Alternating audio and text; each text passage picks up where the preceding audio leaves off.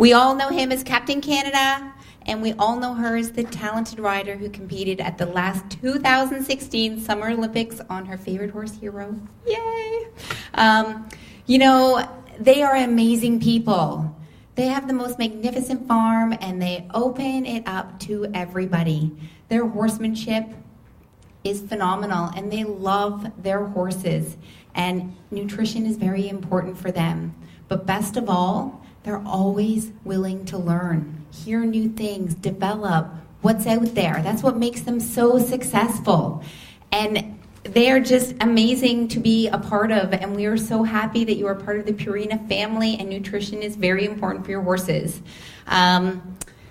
We have some questions you'll be able to ask Amy and Ian, and they will be happy to answer anything for you guys. So with a big warm welcome to someone and a family who needs no introduction, 10 Olympics.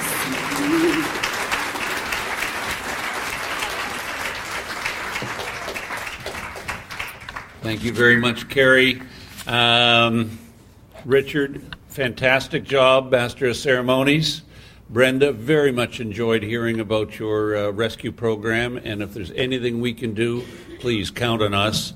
And the great information we get from Sandra, Carrie, Cindy, outstanding. And everybody should really, well, I know you listened well, because the worst thing that can happen is somebody says, yeah, your horse has a little stomach ache. We know exactly where that can go. That's called colic.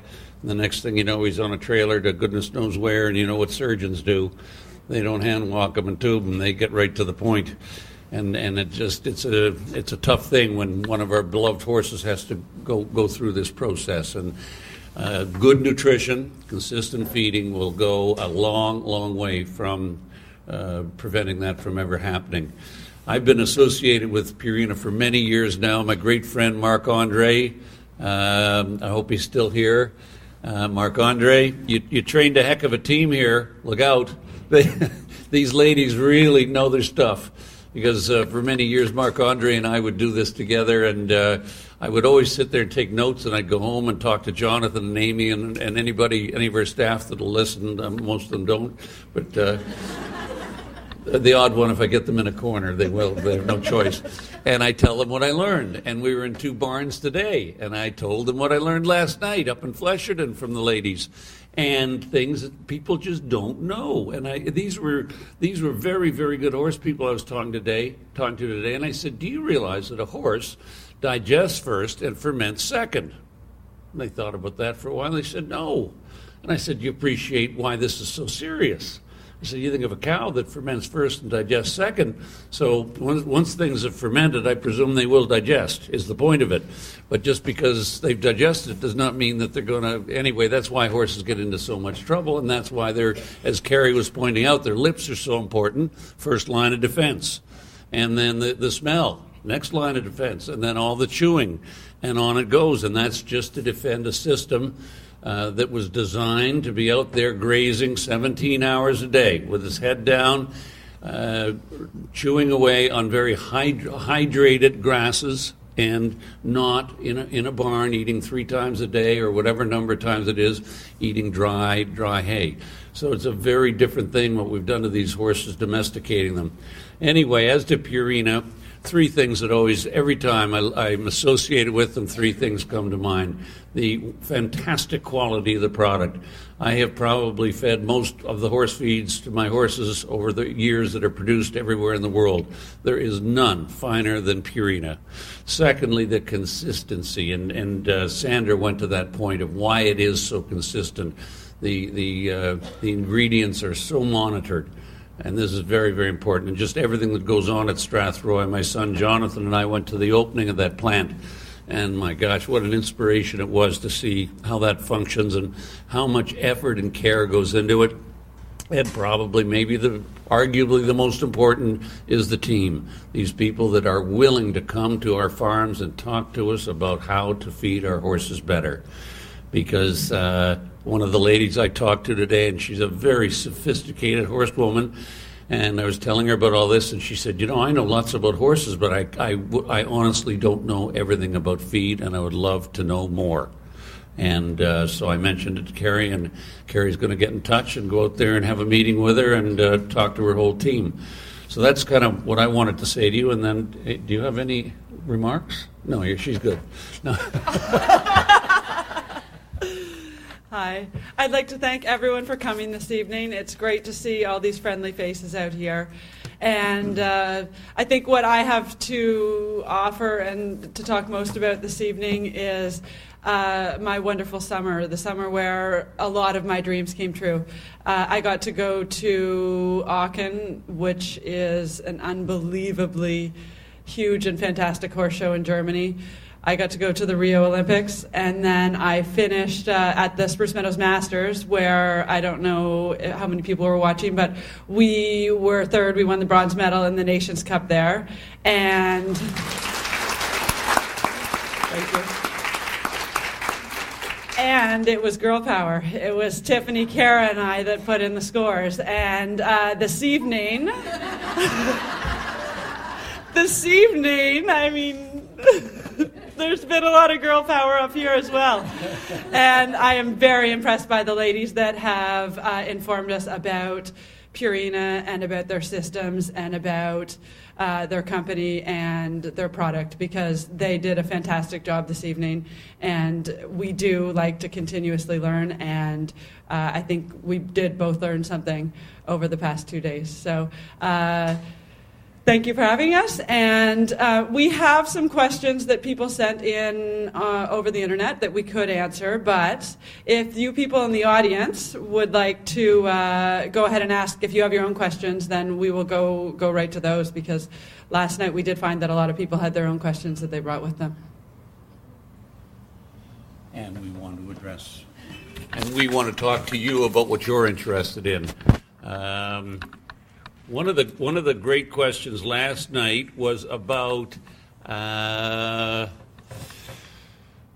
how to encourage more lady riders to get to the top of the sport. That at the bottom of the pyramid in the beginning, it's mainly female riders, and then as you go further and further up, it tends to get male dominated. And the question was the reasons for it, and what can be done about it. And we directed that question to Amy because she would relate, and that might be an interesting one for everyone here. We have a lot of lovely young ladies here tonight that ride, and they maybe would like to hear your take on that. More about girl power. Excellent. I think that what happens to a lot of the females at the top end of our sport is that to get to where we are right now, it takes a lot of dedication and a lot of hard work, which I know that the ladies have no problem with. But at a certain point in your career, or my career, or a female's career, you start to think about your family. So I have a 6-year-old daughter, and it is a balancing act. It's an amazing, wonderful balancing act. But I think that at some point a lot of women get afraid. How can I spend that much time at the barn? How can I travel that much and have a small child? How can I look after everything at home and always be away? And I think that it's important to understand that it is possible. And it's about, I am fortunate to be surrounded by wonderful people and by excellence. So I have a wonderful husband who helps with everything at home. I have my brother and my father that run the business with me. We have Purina that makes the excellent horse feed. We have the top and grooms at our facility looking after our horses. So you build a team around you to help you so that you have time to do the things that are actually definitely the most important, which would be look after your child and nurture your family, because no woman should have to give that up to achieve their goals. And I am standing in front of you with a 6-year-old daughter, and I just came back from the Olympics. So do not be afraid to bite off more than you can chew.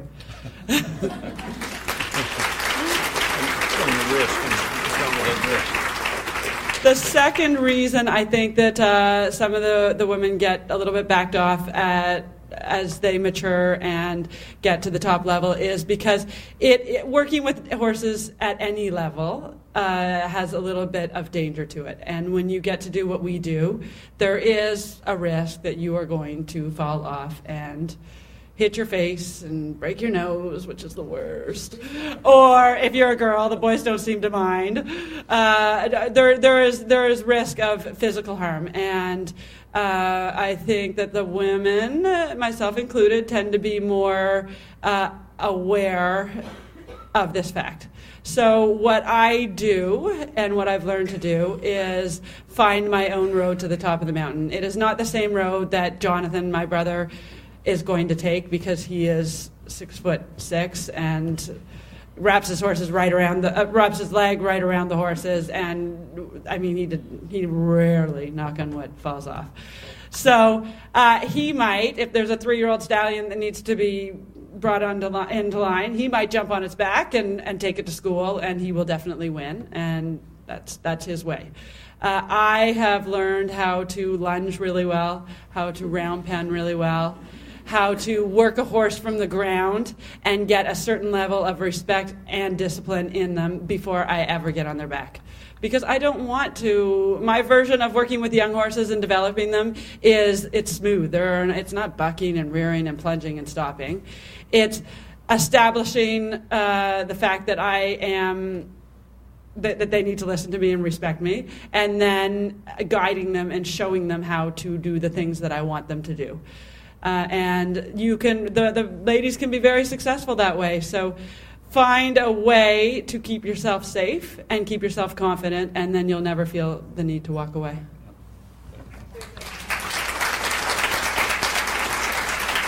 Okay.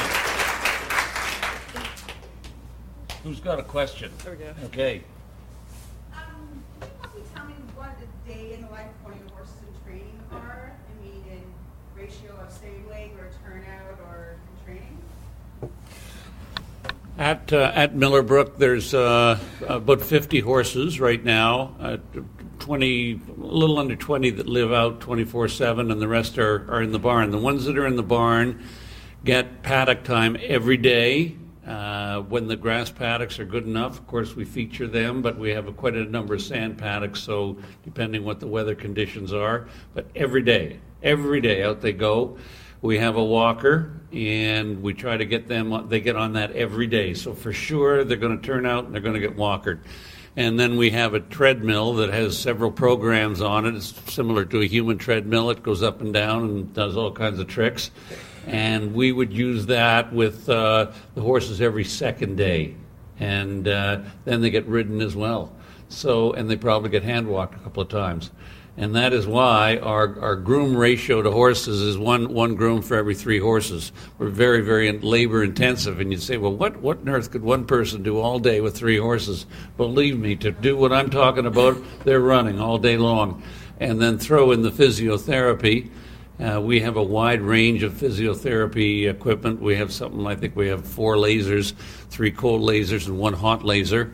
We have ultrasound therapy. We have electromagnetic therapy, we have nerve stimulators, we have, you name it, we seem to have it. We have as much equipment as probably the physio unit at the hospital would have. And our people are as well trained. They could probably do for our horses just what a physiotherapist can do for a human at the hospital. They're very, very good at it. Again, time consuming. But it's the very, very best way to go. A horse being a quadruped, which means 4 legs, he can compensate for his aches and pains so beautifully. When we walk on 2 legs, it's very easy to see if somebody has a sore knee or a sore hip or whatever it is, because you're going to see it right now because of 2 legs. A horse's 4 legs, they can compensate with the other 3 to the point that when it's a subclinical matter, very early in the going, you might not even be aware of it. And you're not aware of it until it gets to be quite serious.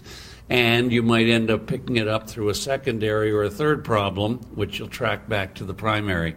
So these competition horses, the high-end international jumpers, have to be as close to 100% sound as possible.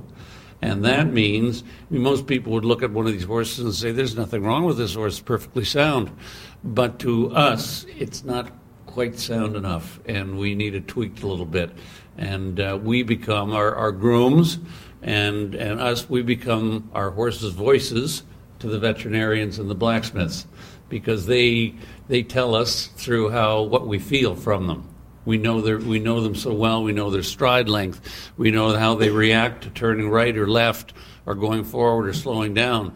And if all of a sudden one of these beautifully trained, consistent animals doesn't want to do something, it's probably not that they're having a bad day or having an attitude. It's probably that there's something that we should be listening to with their bodies, and they're trying to tell us. And so we get that information from them. We use our physiotherapy equipment. We get the vet in the loop, and forward we go. But we do a tremendous amount with the physiotherapy. I'd say, if I said more than half is physiotherapy and under half is the vet. Would you agree with that? Yeah. So we're doing that much ourselves by being proactive, of identifying the pain, removing the pain. And again, if you have a horse with a sore back and he doesn't want to use that area of his body because the muscles are sore, so if you can take the pain out of those muscles, then he's going to use it, and then the muscles are going to get stronger. He's going to go back in his stall, he's going to stiffen up again, so before night check, you loosen that back up again. He has a lovely night's sleep. Next morning it's a little stiff, so you loosen it up again. Then you ride him. Don't you know he uses those muscles? Give it a couple of weeks, those muscles are strong, and the whole area isn't sore anymore. And as long as you keep that horse fit in that area, that'll probably, touch wood, never bother him again the rest of his career. And since we're using, by and large, older horses, the top winners are 12 to 14, 15 years of age. So really they're a touch past probably their optimum physical prime, and the trick is to keep them sound and comfortable. So once you get them up and running as a 12-year-old, you probably never want to let them down again. It's not that they're going to do the grind every day, but you do something with them all the time to keep that physical condition right there, because if you lose it, it's difficult / impossible to get it back, which is why it's such a trick when a 14-year-old horse has a soft tissue injury and has to be laid off for 3 to 6 months. Yes, the soft tissue injury is a major problem, but getting him back is going to be just as big a problem. And as you try to get him back, he's probably going to get into trouble in other areas of his body because of the weaknesses that have happened. So keeping these more mature horses sound and solid and winning until hopefully they're 17 or 18 years old goes to the management, the horsemanship, the attention to detail, and having the right people around you, and feeding them well. I mean, you name it, every part of it. I used to have, I don't know where it went, but it was a big poster I made up many years ago, and it was a chain, all these links, and I put a name on each link. The vet, the blacksmith, the groom, all these links, the ownership group, so on and so forth. And then the bottom line was, this chain is only as strong as you know its weakest link. And I got to do that again, because that is the message. That is the message. And when I think of the chain of what happens in our operation, that's exactly what it's all about. That was a long answer, huh?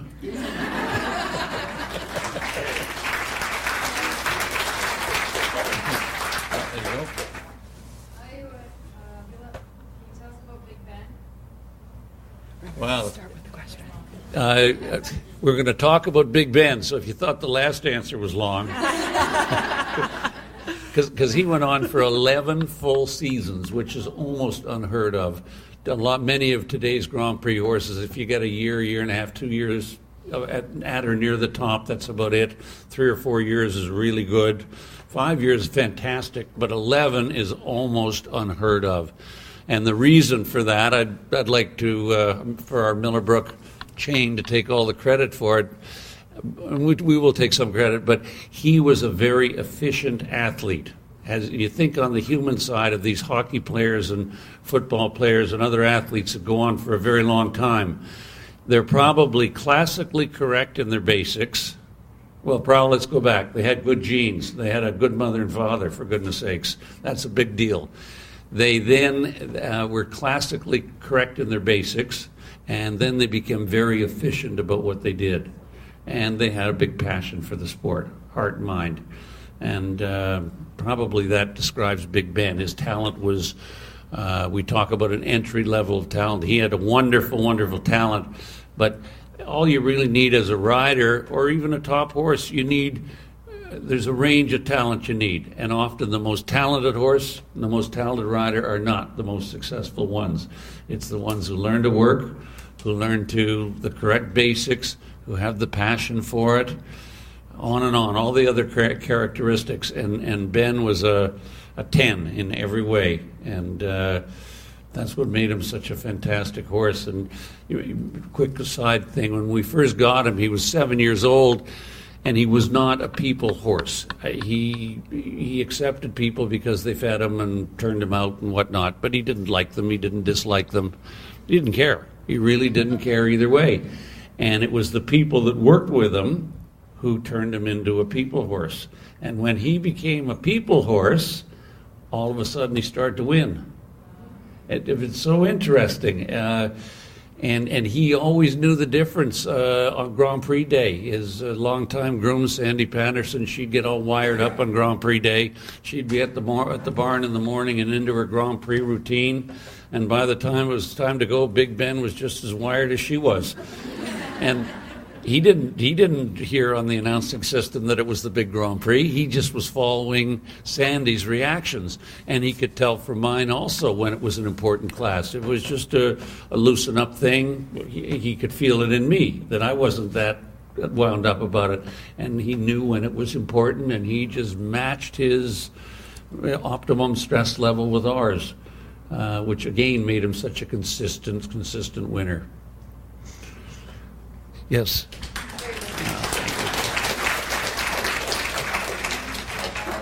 questions. What advice do you have for a rider that's just starting out, is very passionate about it, and what's next in terms of competition for the family?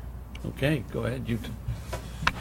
So I think the most important thing when you're starting out is to nurture your passion. So to make sure that it is fun, because it is supposed to be fun.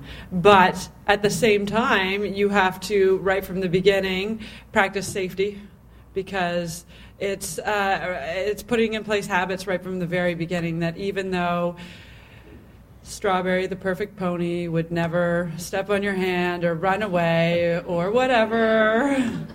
Some people say that all horses kick and all horses bite. And the point is that if you create the healthy muscle memory right from the very beginning, that your habits are to be safe around these animals, to be conscientious of them, and also to have proper basics when you ride. So, I mean, every riding instructor says put your heels down. We talk about closing your fingers a lot around the reins. And when you're a kid, it's kind of like when your parents tell you to eat your vegetables. You really don't think it's that important. But I'm telling you, when you grow up, you will realize that it is very important. Because if you put these correct habits in place now, then you don't have to worry about retraining yourself when you're my age. You're there. You're golden. You can go on every day. You can come out and learn something new, because what you did yesterday is correct already. You don't have to come out tomorrow and try to fix a bad habit before you learn something new. So keep it fun, but also practice safety, horsemanship, and correct basics.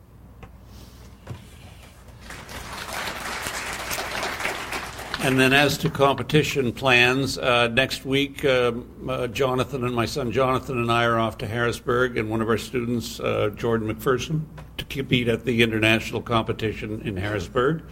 And then we're home for about a week and a half in the Royal Winter Fair in Toronto. And Amy joins us there with her Olympic horse. And then about a week and a half later, we start shipping horses to Florida. We have a winter base there. The competitions are already going on. There's about 6 months of competitions in Florida now. And in that Wellington area where we go, there's probably 6,000 horses during the period of the winter.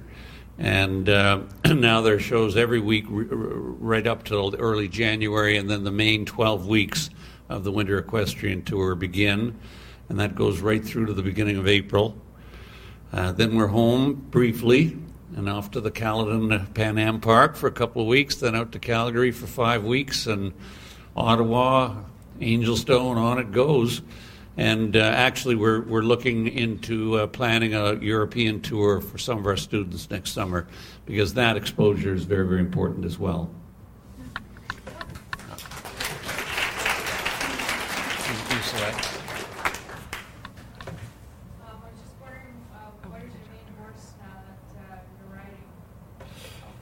My main horse right now is Dixon. He's owned by Sue and Ariel Grange of Lothlorien Farm in Cheltenham, and he's the one I rode in the Pan Am team and the gold medal there. And he's the one I won the CP $1.5 million a couple of years ago.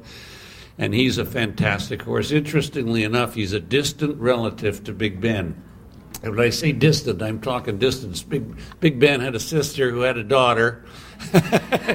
On and on, and this daughter was the mother of Dixon. So it's distant, but I swear when I ride him sometimes, I feel it. I feel the similarities. I'm making it up maybe, but what I make up is what's most important to me anyway. So, yes.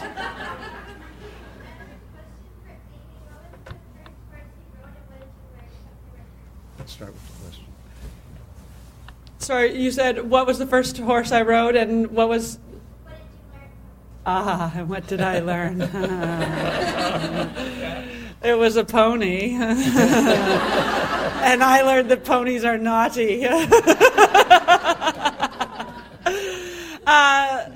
The first pony that I had was actually pretty naughty, but my parents always said that if you want to ride, then you look after your pony, and you come in the barn and you learn how to take care of your pony and all that. So I would come out after school, and most people would be leaving, and the day would be over because there weren't other kids there other than my brother and I. So I would tack up this pony, and it would be right around dinner time, and I would ride this pony to the end of the indoor ring. And I wouldn't be able to get it to go. I'd be kicking and kicking and kicking and barely walking to the end. And it would get to the far end, and we used to keep the hay in those days. We used to keep the hay by the entrance to the barn at the other end. As soon as I got to the other end, this pony would put her head down and run straight to the hay as fast as she could. And then I'd sit in the hay pile for a while, get her out of there, walk all the way to the back, and run to the hay pile. And that was riding. Was it Star Wars? No, Star Wars was perfect. That was Cindy. Oh, Cindy. Cindy, yes. Little, and she was really little, and she also was one of those ponies that went underneath the fence. Wouldn't stay in a paddock. Went underneath the fence, so just wandered around the farm loose all the time. So I think I learned a little bit about how important feeding time is and how we shouldn't ride at dinner time. And it's about taking control. And again, it's the same lesson as I said at the very beginning, that it's hard when you're 5 years old or 6 years old or however old I was young, but you need to get a little bit of respect. A little bit of kind respect from these big animals, and try to assert yourself as their leader, or at least somebody that they would like to follow, at least a peer if you can't be a leader, because you need to establish some control. So that's what a lovely lesson that is. As I'm listening to it, I didn't realize all this. But you see, the pony was actually bringing up the girl at that point. The pony was parenting the girl, because look what it taught her. And to this day, she looks at a great big strong young horse and says, you need to understand this relationship. And she learned that when she was a little girl with that pony. And so it goes to proper basics and learning the right habits, and then you'll do that for the rest of your life. You pick somebody.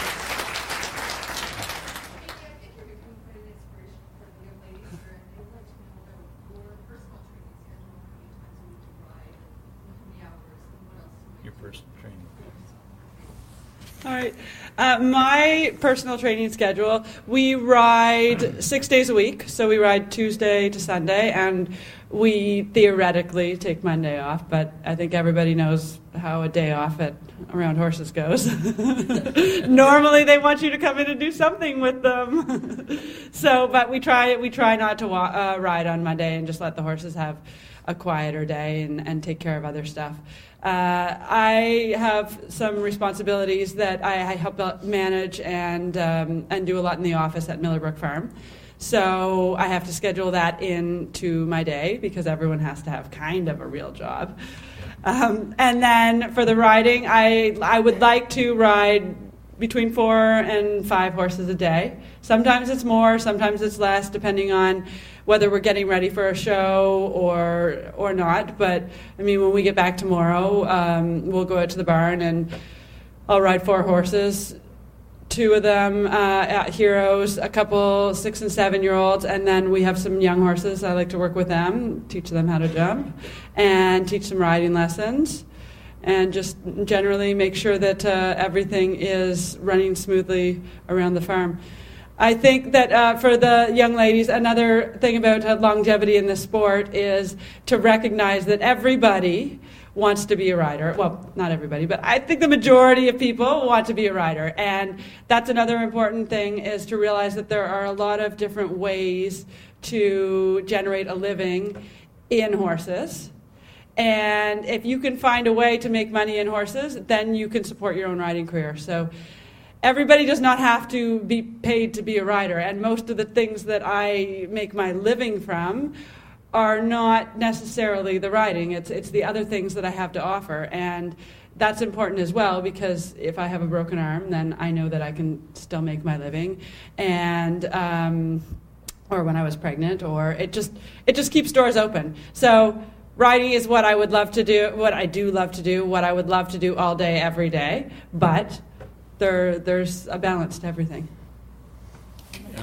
And let me how much you touch about the physical, the yoga and all that stuff? I didn't yet. Yeah. The other thing, if I may point out, is that we teach a lot. It's very, very important to keep yourself physically fit and strong. And even when you're 10 years old, 12 years old, 14 years, 50, you better be as strong as I am. And, I mean, Amy's plenty strong, and she works at it. And she'll talk to you about that if you'd like to hear it. But what's happened with riders is there's every one of the top riders that I can think of has some kind of a workout program now. And back many years ago, that wasn't the case. You just got out of bed and got on a horse. And now you go, when we're on the road and we stay at a hotel or wherever, especially in Wellington all winter, you can go in any of these fitness places in the area, 6 o'clock in the morning, and it'll be full of riders. And they're there working out, getting ready. And one of our vulnerabilities is our lower back. It's used a lot, and there's a lot of unanticipated jars and jolts to it. And what keeps it safe and out of trouble is a balanced core strength. And the only way you get that is going to the gym or having some kind of a program to get all your core muscles strong and balanced. Not just strong, but balanced, which is where a personal trainer comes in. And I can't tell you the number of 15, 16-year-old people that I'm teaching and training, and they hit the wall because of their lack of strength. And that you might find that surprising. Do you find that surprising? Yeah, I found it surprising, and I thought, well, this is a one-off. And then, no, I see it enough. And I pack them off to the gym to get busy, get strong, because we're not just going to go buy a stronger bit. You know, you need to have enough strength in your arm and your leg and your back to be able to do these things. But Amy, you should tell them a little bit about your physical fitness program. Yeah, I do a lot of stretching, and I do a lot of yoga. And so on a competition day, on a big competition day, I would get up between 2 and 3 hours before I leave my hotel and do an hour of yoga, stretching, core strength exercises, at least. And I've really, really, really found that that helps. It's all about core strength and about balance. And I think this is important for sure, but the most important is right here. Because if you can be loose in your back and strong in your abs and keep yourself in balance on the horse and be able to bend and move in the ways that you need to stay quiet on top of a horse, riding is easy. You stay down and around. When everything is tight and pulling, and I think that you can picture the rider and everything, and they're all cranked up like this. Well, they're not going to be loose and soft and around their horse. So stretching is critical. What?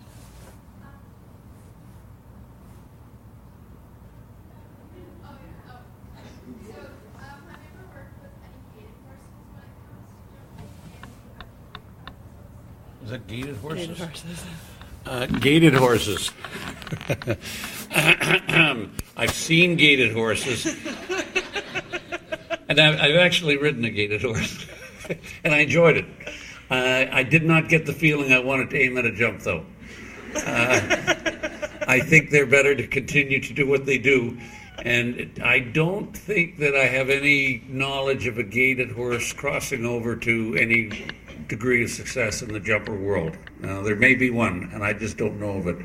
But that would be my information on gaited horses.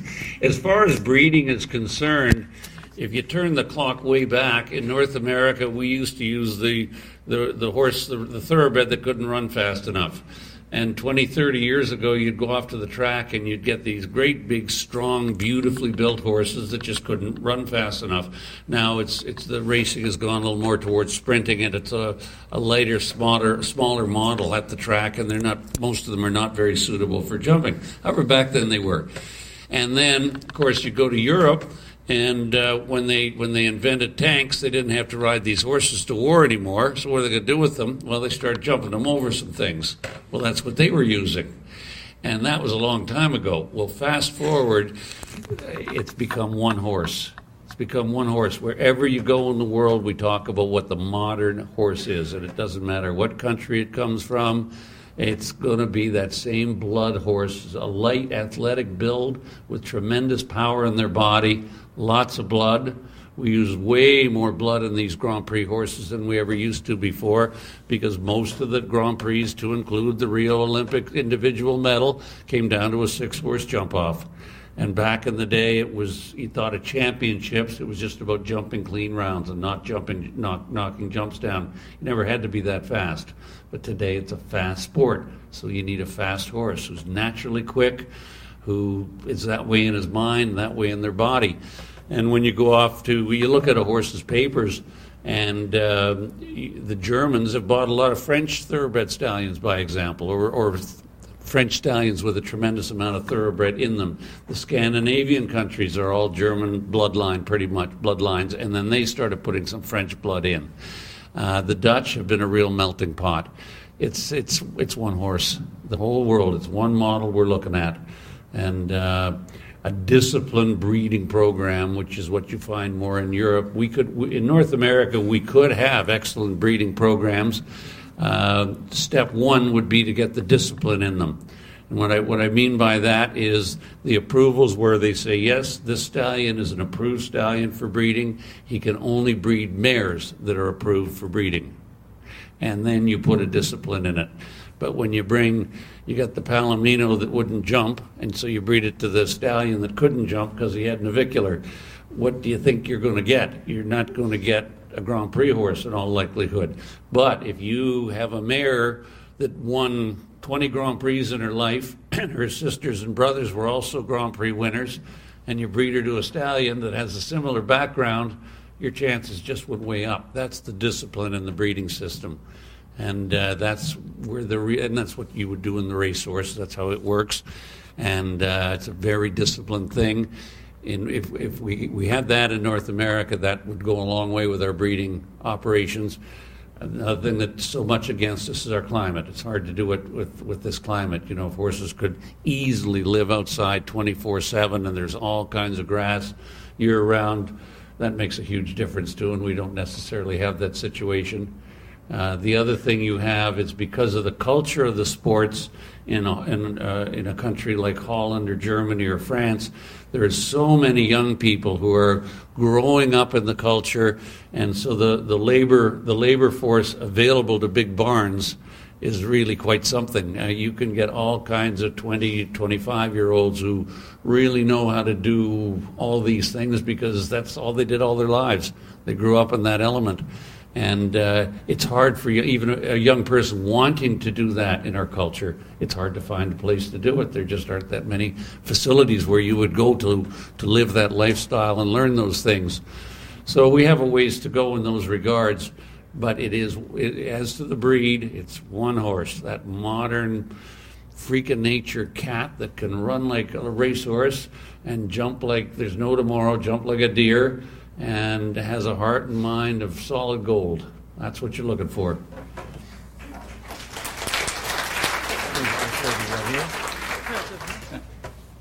wanted to ask you if you were going to look at a prospect for a jumper, what sorts of things do you look for, and what would be the most important feature for you? Can we get that? Yeah. Okay. Well, most people are going to tell you roughly the same thing in different ways. They need to be out of 10, they better be a 9 out of 10 in all the following categories if you expect them to reach the top. We used to say maybe 7.5 out of 10. But again, this sport, like every other sport, has evolved to the point they got to be that. The good Lord better have made them plenty good. And if we can move them from 9 to 9.2 or 9.5 through training and conditioning, then we're doing great. But to take a horse that's a 5 out of 10 in one of these categories and figure you're going to make him into a superstar, anything's possible, but it's not likely. So you're looking for generally good conformation. You're looking for a good, solid size. Too big is outside the statistical norm. Too small is outside. You're probably looking for 16.1 to say 17.2, that sort of range. A 1,400-pound horse. Then you study that, as I say, that basic conformation. A horse in nature carries 60% of their weight on their front legs and 40% on their hind legs, just when they're standing there. When we gallop down to a jump, those last few strides, they better be galloping with about 60% or more on their hind end and 40% or less. In other words, the weight is now shifted, and here they are galloping like this to the point of takeoff. So boom, all they have to do is this. If a horse does not have that physical ability to gallop like that, he's going to gallop to the jump like this, and by the time he gets up to the point of takeoff, the horse show's over, let alone the class. It takes too long. He can't be fast enough. So you have to be pretty ruthless about this aspect. They have to have a wonderful gallop, and that goes to that back not being too long. A horse with too long a back, he's going to have trouble getting back there and sitting. So you're looking for that in the conformation. Then you're looking for, obviously, the straight legs and so on, and a good foot. A lot of these horses go down the drain because they just don't have a proper foot, and the type of footing we're on now, the artificial footings with the sand and the fiber and the rubber and everything else in it, that's a tight ground, and they need a good foot and a good angle to be able to sustain that. Then you're looking for a good efficient mover, a horse that hits the ground hard. You're probably not going to stay sound. They got to be a cat. You know, if you can hear them coming before you can see them, they probably don't move well enough. They got to be cat-like. Then you get them to jump a little jump. If they're too young to get on, what you're looking for is their basic instincts. Do the legs go the right way? I always use the analogy, if I threw a 5-year-old a ball and they put their hands over their eyes, I would say this is not a good instinct to be an outfielder in baseball. But if they look at that ball and all of a sudden they reach up and do that, I say, maybe we have a baseball player. And you see those same instincts when you head a horse down to a little jump. Some, their legs will go every which way but loose, and others just look at that thing and bang, everything works. And it's just an instinct that you can train, but that's an instinct. Then eventually they're going to make a little mistake and touch a jump. And the ones that you want come back and jump about 2 feet over it, because they say that was the worst thing that ever happened to me, was touching that jump. Because today the material is so light, they have to be naturally careful. Then you analyze their mentality. And how do you do that? You just look at their body language. You work with them. If it's on the ground, if they're not broken yet, you just handle them a little bit. And you can tell what their feeling is about the human and how much resistance you're meeting and how willing they are to learn. And of course, a top horse can't be a total pushover and a milquetoast, but they can't be the type that just looks at you and say, what are we going to fight about today? Because those are hard to win with. They got to be strong enough in their character, but they got to want to work with you. And getting back to Big Ben, that was one of the things about him. He was a strong character now, but once we got him to be a people person, all that was directed where we wanted to go. So they have to be trainable. And then you just got to get that feeling that there's a generosity in them. Because the best winners, I would say, if you have to take a win from a horse, there's a finite number of how many wins there are. If a horse will give you those wins, the number you can get is infinite. And the real winners are that way. They just go up to the competition and they say, I'm going to win for you today. They give it to you. You don't have to take it. So, and then everybody looks at these horses a different way. And I mean, I go with other horsemen to look at horses, and I might like one and they look at me like I'm crazy. And they look at one and I'm thinking, what are you seeing? But we all have our different ways, and that's what makes the world go round, and that's what makes it interesting.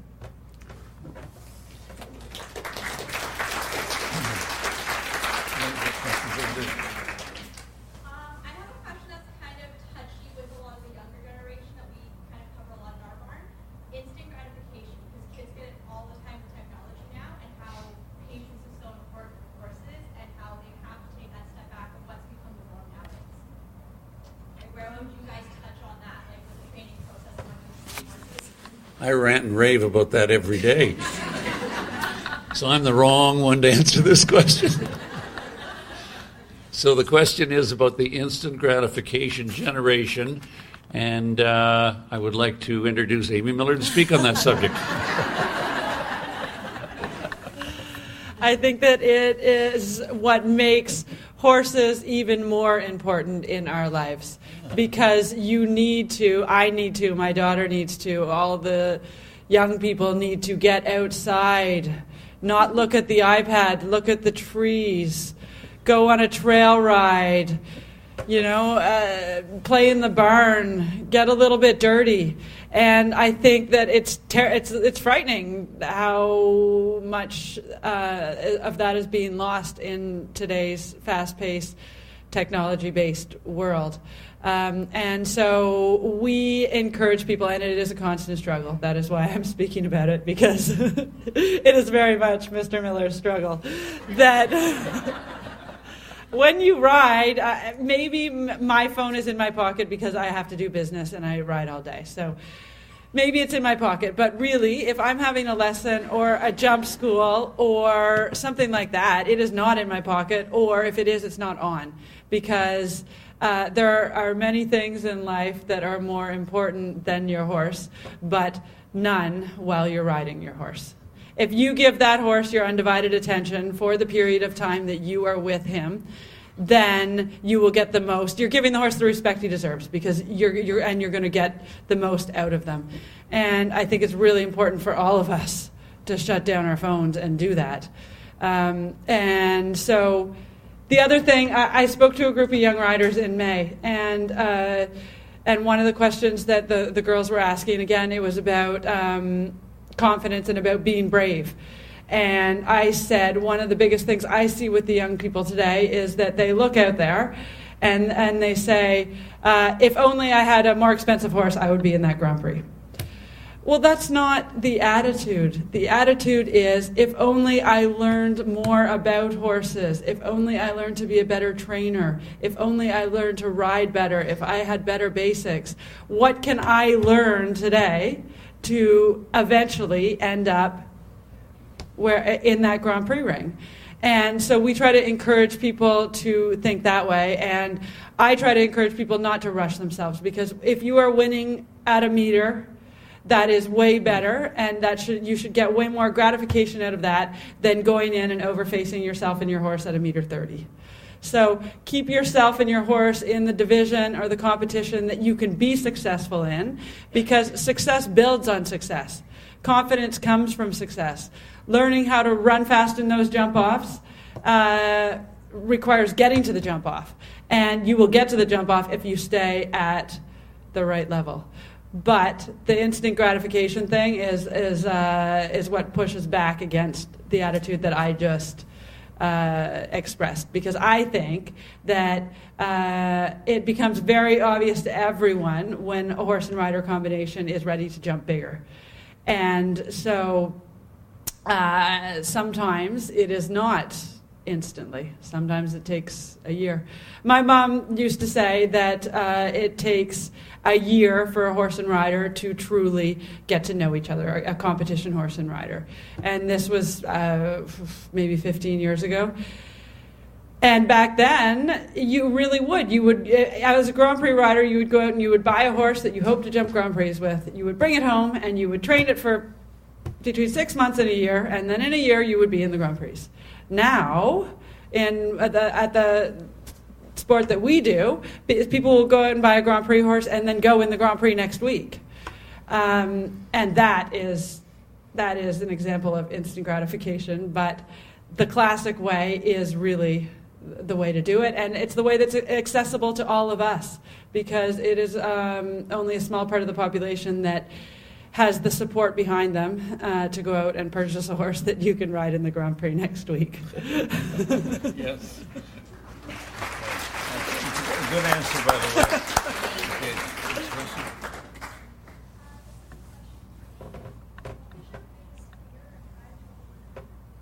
What was my biggest fear and how did I overcome it? My biggest fear. What I was going to do to you? And as you can see, I have not overcome it. No, I think that I definitely went through a phase where I was worried about my safety as well. And I had a couple bad falls and I hurt my back a little bit.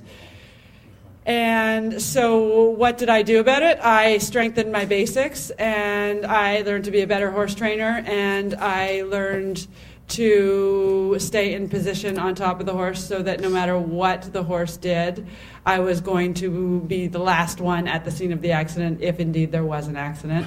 I was not going to go flying over the head, because that's not fun.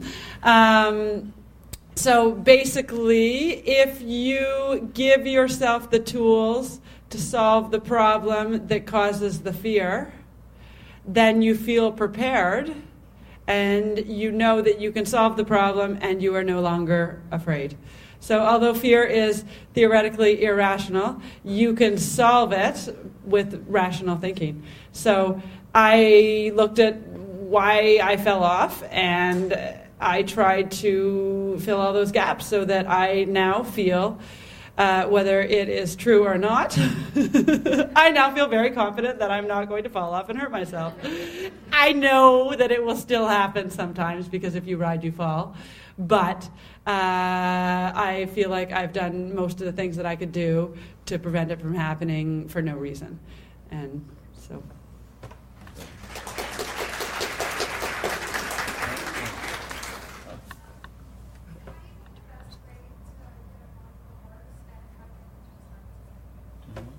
Say a little bit louder. How do you think the best way to get a horse to respect you and how to get a bond with them? Best way to get a horse to respect you and get a bond with them. It's that balance, in the definition of respect, believe it or not, there's going to be a little element of fear. And that's part of respect. And the question was, how do you get control of a horse and how do you develop the bond? And first of all, you've got to control that environment, and you've got to get the respect. And It's like, I'm sure everybody in this room has had that school teacher in their youth that never had a discipline problem. They just didn't have them because we all walked in and we looked at them and we just had a really good feeling about their positive energy. And for some reason, they elicited that thing in us that we wanted to please them. And I certainly had teachers like that, and not just in school, but in riding. It was way easier in riding because, of course, I was so passionate about the horse and riding and learning that I was going to have that feeling about anybody that wanted to teach me anything about horses. And so where I'm going with this is you as a trainer, you do exactly the same thing with a horse. You take control, but in a really good, positive way. But a way that does not invite negotiation. That's very important, that the horse understand that the relationship is leader of the herd. You are the leader of the herd. That's very, very important. And you get them to follow you. If you have to take it from them, that's the hard way. If you can get them to give it to you, that becomes the art of horse training. And the really good horse trainers, just like the teacher you might have in school. If you haven't had them yet, I hope you have that teacher that you will follow them because you just do.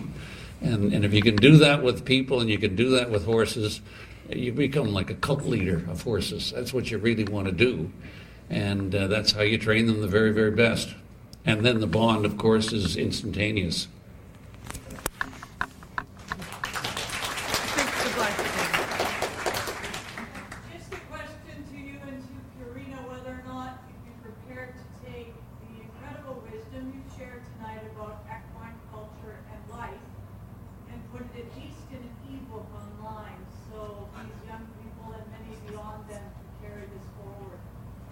The question is to take some of tonight's information, and I think we're talking about that thing, what do you call it, a computer or something? See, when it came along, I thought it was just a fad, and surely it would go away. But guess what? Yes. No, that would be a very, very good idea to get some kind of seminars that we put together, sort of brought to you through Purina and with the wisdom and the research of Purina in terms of nutrition and healthcare. So it would be the same kind of format. The educational part, it's all education, and have some fun with it and entertain. I think that's a wonderful idea. And also, this is being live streamed right now, and everybody can access it at a later date on the Purina website. So it can be accessed there and reviewed at your leisure. I see the black and white stripes at the back. Sorry, she's been there forever. And then we'll go with little pink stripes afterwards. Aside from like you love competitions and satisfied in general, what are your favorite moments kind of around the farm as a horse person in general? What are our favorite things? I like it. Believe it or no, I know you will believe this because we could not fake what we're doing here tonight. You know we love to be here. You know how much we are enjoying talking to you. And somebody said to me one time, leading up to one of these evenings, well, what's going to happen? I said, you will not believe the magic that you're going to see in that room when everybody in the room shares exactly the same thing, and that's the love of the horse, the interest in the horse. And it's just, it's an incredible energy about the horse that comes out of it. And so an evening like tonight is a fantastic experience, and we're driving back to Perth tonight, which will be 4 hours, and we'll be talking about this most of the 4 hours. And then we have students tomorrow, and it just goes on and on and on, and it has to do with anything about the horse or the subject of the horse. And that's why people that are not horse people find us so difficult to tolerate. Because they think, my gosh, all they do is talk about horses. That's a fact, all right. So all they think about is horses. Yep, that's the truth. And if you can't get with that program, it's kind of the way it is. So that's our life. And it comes down to that whole thing: love what you do what you love what you do. And I would say that's certainly true for me.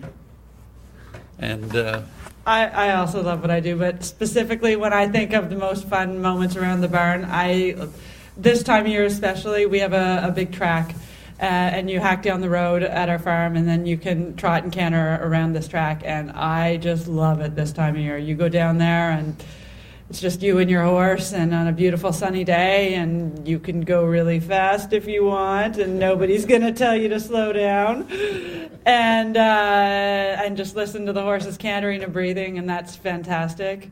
I also, we do a lot of round penning at home, and I must say that there is nothing I think cuter than when the horses, when they're going around with no saddle, no bridle, nothing, and they turn their cute little heads into you with their ears forward, and they look at you expectantly, and you realize that you have nothing but a flag in your hand, and you're in control of this amazing, kind animal who's just looking and wondering what you want him to do.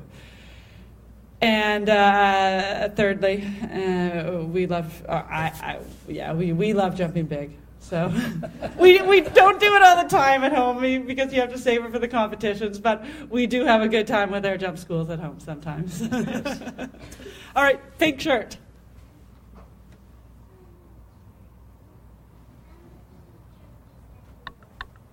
How many trophies have you won? How many trophies have I won? Not enough. That's the problem. There are never enough. So you got to keep going.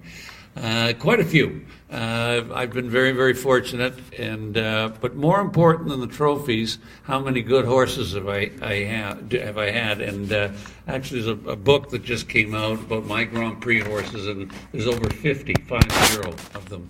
That have been Grand Prix horses in my career, and that's a big number for a rider. And people say, I've been asked what's your favorite sort of thing on, and each one has a characteristic or characteristics that made them so special to me, and every one of them is like a friend. I think back to fond memories about the things we did together, the things we accomplished together, and the relationships I have with my horses are very similar probably to relationships people have with other people. I just happen to have them with the horses and occasionally with...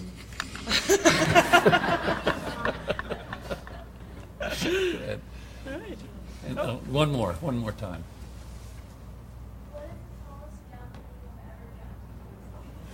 Well, back in the day, the Puissance class was very popular, and we'd have it at Harrisburg, Washington, Madison Square Gardens, and the Royal, which was the wall, the high jump.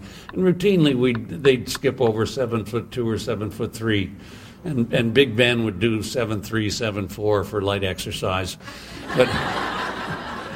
but we didn't do a lot of it. We did enough, but you were careful with them. And sometimes if you won one of those competitions at 7'3" or 7'4", they'd say, now do you want to go for the record, which is, 7'6" or 7'7".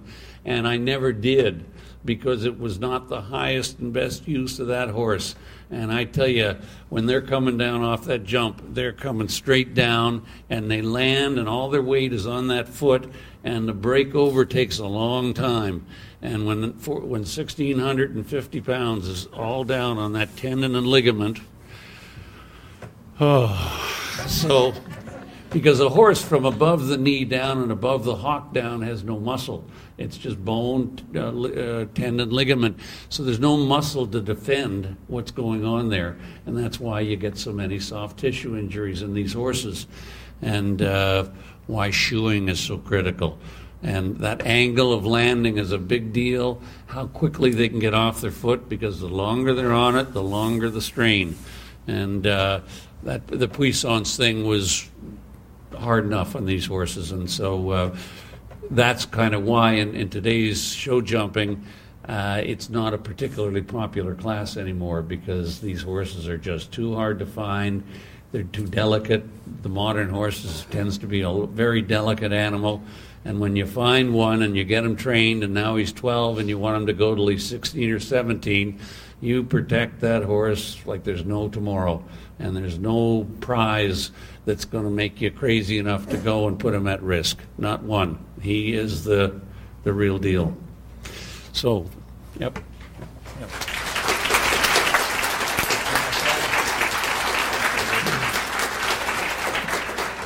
Well, I really appreciate the evening tonight, and Amy and Ian joining us.